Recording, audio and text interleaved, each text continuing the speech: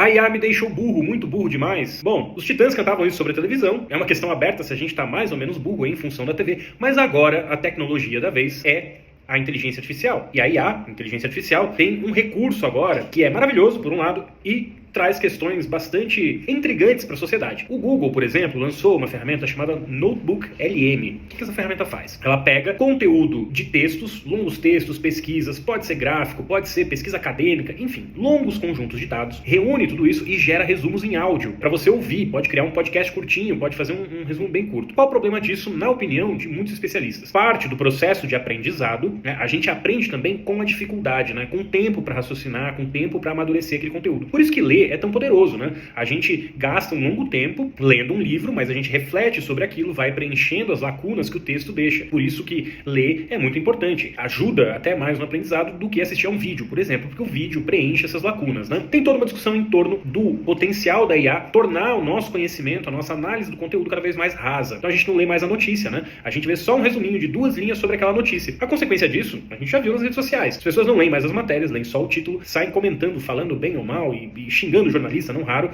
porque viram ali um título. Não se deram o trabalho de ler o texto, e isso explica porque muitas vezes tem fake news. Do meu ponto de vista, explica até os coaches, né? O sucesso que vários coaches fazem. Eles prometem respostas fáceis para questões difíceis. Eles te prometem enriquecer, solucionar os seus problemas, às vezes com 2, 3 frases, ou lendo um livro muito curto ali, que tem soluções aparentemente mágicas. E talvez a IA, para muitas pessoas, vire essa solução mágica, né? Faz com que a pessoa se acredite, se veja como um especialista depois de ler 2, 3 linhas sobre um determinado tema. Seja como for, isso é uma tendência. A gente tem visto, né, a cultura da dopamina, essa cultura da dopamina, que é o consumo de conteúdos cada vez mais curtos. A gente ouvia um disco inteiro no passado, né? Hoje a gente vê só o refrão no TikTok. Claro que passou, né, ao longo do tempo a gente saiu do disco para a faixa, né, de disco. Você no LP podia pular a faixa do disco, depois veio o iTunes, você nem comprava mais um disco, comprava só a faixa, e agora no TikTok, nas redes sociais, né, o TikTok é o primeiro, mas hoje grande parte das redes faz isso, você consome só o conteúdo muito reduzido. E isso vai muito além, né, da música. Isso acontece no cinema, que agora a gente consome os vídeos também nas redes sociais, cada vez mais curtos, os cortes, né, que ficaram famosos,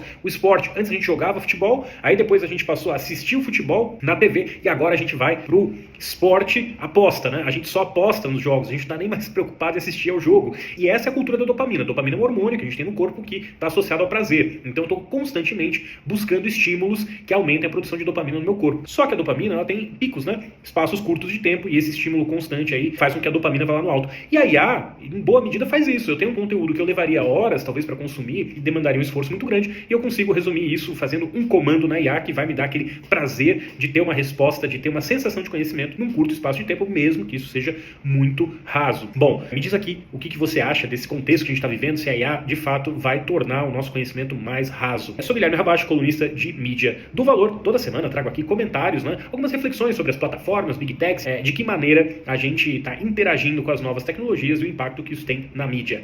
Até mais!